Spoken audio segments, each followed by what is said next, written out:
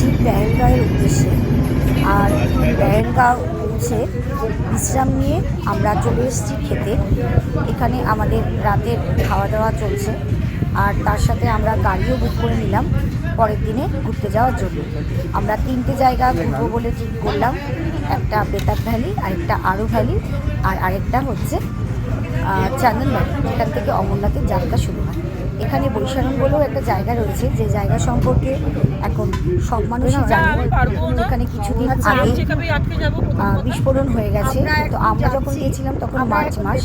সেই সময় আমরা বৈশারণ যাওয়াটা ঠিক হবে বলে মনে করিনি, কারণ শুনেছিলাম সেখানে রাস্তা ভালো না এবং বরফ জমে আছে। তাই আমাদের টিমের কেউই বৈশারণ যায়নি, তাই বৈশারণকে আমরা স্কিপ করেছিলাম। আর আমরা পেহেলগাঁওয়ের এই 3টি জায়গা যাওয়ার জন্য গাড়ি বুক করে নিয়েছিলাম। ট্রাভেল এজেন্সিতে যাওয়ার সময় আমাদের আরেক পরিচিতের সাথে হঠাৎ করে দেখা হয়ে গেছিলো, যারাও ওই ট্রাভেল এজেন্সির সাথেই যাচ্ছে। তাই তাদের সাথেই আমরা একটা গাড়ি বুক করি এবং আমরা 3জন, আর তারা 3জন, 6জন আমরা রওনা হই।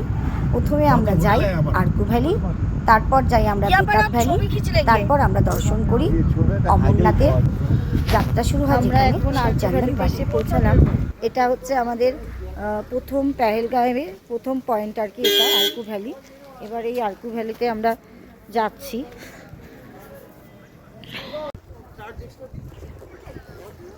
সুন্দর আরকু ভ্যালিতে আমরা এসে পৌঁছেছি। জায়গায় জায়গায় বরফ, আর আবার জায়গায় জায়গায় সুন্দর বরফ। অপূর্ব সুন্দর, যতটা ছবিতে উঠছে তার থেকেও বেশি সুন্দর।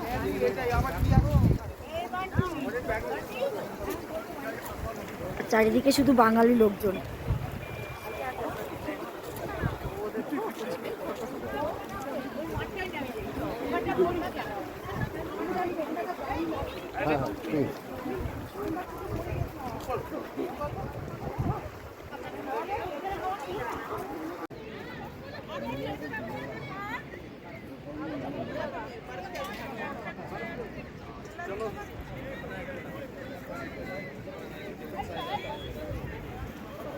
এই অপূর্ব সুন্দর জায়গা শুধুমাত্র উপভোগ করা যায়, বলে বোঝানো যায় না। তাই আপনারাও উপভোগ করুন। এই সৌন্দর্য বলে বোঝানো সম্ভব নয়। হচ্ছে আর বৃষ্টি চলে আসছে, কিন্তু অপূর্ব সুন্দর। এই সৌন্দর্যের জন্যই লোকে বারে বারে কাশ্মীর আসে। কাশ্মীর আপনাদের দুবার অন্তত পক্ষে আসতেই হবে। একবার অক্টোবর মাসে, যে সময় সুন্দর ঘাস পাওয়া যায়, আরেকবার এই সময়। অপূর্ব লাগছে এই সময়ের, মানে পাহাড়ের আপনি সৌন্দর্য সেটা দেখতে পাবেন। সেই নদী যাচ্ছে, চিনার নদী, শব্দ শোনা যাচ্ছে চিনার নদীর। অপূর্ব সুন্দর পাহাড়, জমে আছে বরফ।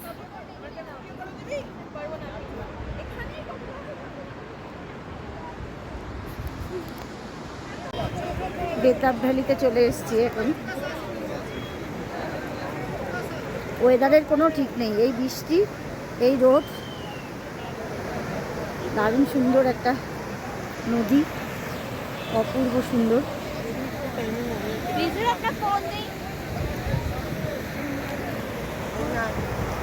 বেতাব ভ্যালিতে আপনি যদি নিজে হাঁটতে না চান, সেখানে ঘোড়ার ব্যবস্থাও আছে, আবার আপনাকে ঠেলে নিয়ে যাবে সেরকম গাড়িরও ব্যবস্থা আছে। তাই বেতাব ভ্যালিতে আসলে আপনাদের তেমন কোনো অসুবিধা হবে না। কিন্তু আমরা নিজেরা হেঁটেই বেতাব ভ্যালিটা দর্শন করেছিলাম। এর আগেও আমি বেতাব ভ্যালি এসেছি, কিন্তু সেটা অক্টোবর মাসে। ওই সময় সবুজে ভরা থাকে বেতাব ভ্যালি। সেই সময় বেতাব ভ্যালির সৌন্দর্য বেশি ভালো লাগে বলে আমার মনে হলো। এখনের থেকে সেই সময় অর্থাৎ অক্টোবর মাসে যখন ভ্যালি অবস্থায় থাকে বেতাব ভ্যালি, তখন বেশি সুন্দর বেতাব ভ্যালি। তবে এখন চারিদিকে বরফ আর সবুজ আর সমাহার খুব একটা নেই, তা কিন্তু তবুও খারাপ না। কিন্তু অক্টোবর মাসেই বেতাব ভ্যালিকে বেশি সুন্দর মনে হয়েছিল আমার। ওই তো ওই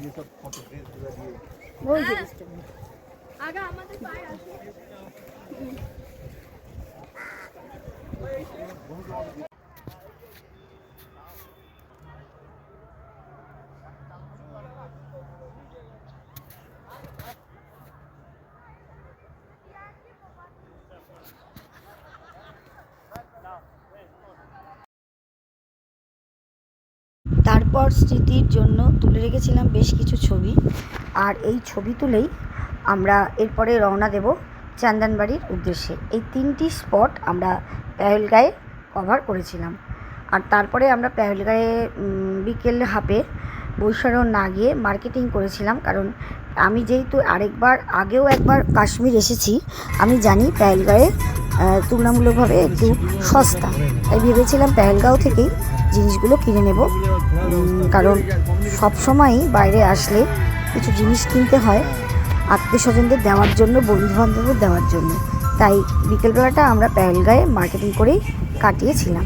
এরপরে আমরা রাস্তা ধরি চন্দনবাড়ির উদ্দেশ্যে, এবং সেই অপূর্ব সুন্দর রাস্তার সৌন্দর্য আপনাদের কাছে তুলে ধরলাম। বুঝতেই পারছি না কোথা থেকে কোথায় ক্যামেরা নিয়ে যাব। অদ্ভুত সুন্দর, অদ্ভুত, ভাষায় প্রকাশ করা যাবে না। মানে বুঝে শুনে শিফটটা করে এই জায়গাটা বেছে নিয়েছে, সেই তাই না? অপূর্ব অপূর্ব, সামনে দিয়ে নদী আর বড় পাও।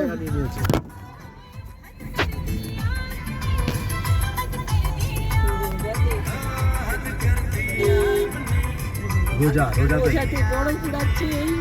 রোজা তো এইখানে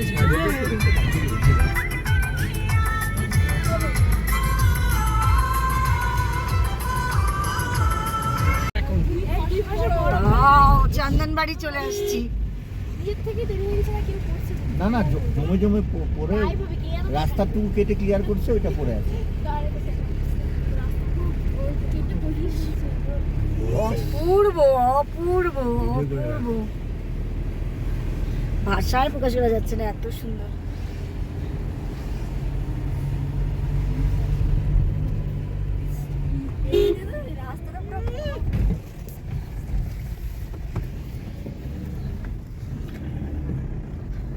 অমরনাথ যারা গেছে ওটা বলে একটা অদ্ভুত ব্যাপার, মানে ওটা মানে ভাগ্যের ব্যাপার অমরনাথ যাওয়া।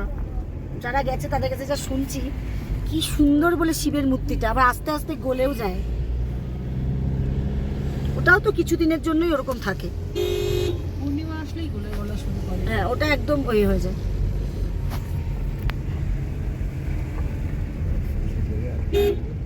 চলে আসলাম বাবা, এটা আগে এরকম যত ছিল না। আমরা চলে আসলাম চন্দনবাড়িতে, যেখান থেকে অমরনাথ যাত্রা শুরু হয়।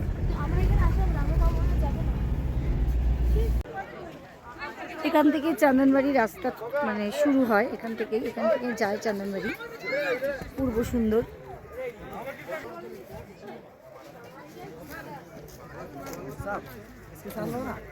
नहीं नहीं नहीं भैया, नहीं चाहिए, नहीं चाहिए, हम लेकर आ गया है। नहीं चाहिए, हम हमारे पास नहीं, देखो अब चलो, नहीं लेंगे भैया।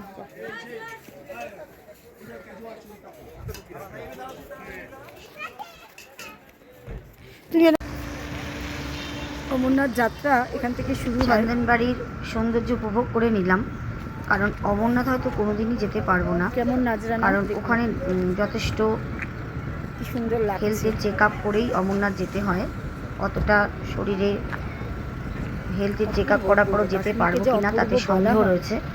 তাই চন্দনবাড়ি থেকেই ভেবে নিলাম যে অমরনাথ দর্শন আমি করে ফেলেছি। ভালো লাগলো চন্দনবাড়িতে এসে। এর আগেও এসেছিলাম, তবে এবার চন্দনবাড়ির রূপ একদম অন্যরকম দেখলাম। এবং এটা এখানেই তৈরি হয় বেস ক্যাম্প, এখান থেকেই শুরু হয় অমরনাথ যাত্রা। যারা অমরনাথ দর্শন করেন তারা অনেক ভাগ্য করেছেন, তাই সেইভাবে অমরনাথ তারা দর্শন করতে পারেন। আমরা আমাদের স্মৃতিতে তুলে ধরলাম চন্দনবাড়ির বেশ কিছু ছবি, আর নিজেরাও বিভিন্নভাবে ছবি তুলে রাখলাম। আর এইভাবেই আমাদের শেষ হলো পেহেলগাঁও ভ্রমণ। আর কালকে আমরা চলে যাব পেহেলগাঁও থেকে দুধপাকড়ি হয়ে শ্রীনগর, সেটার ভিডিও নিয়ে আমি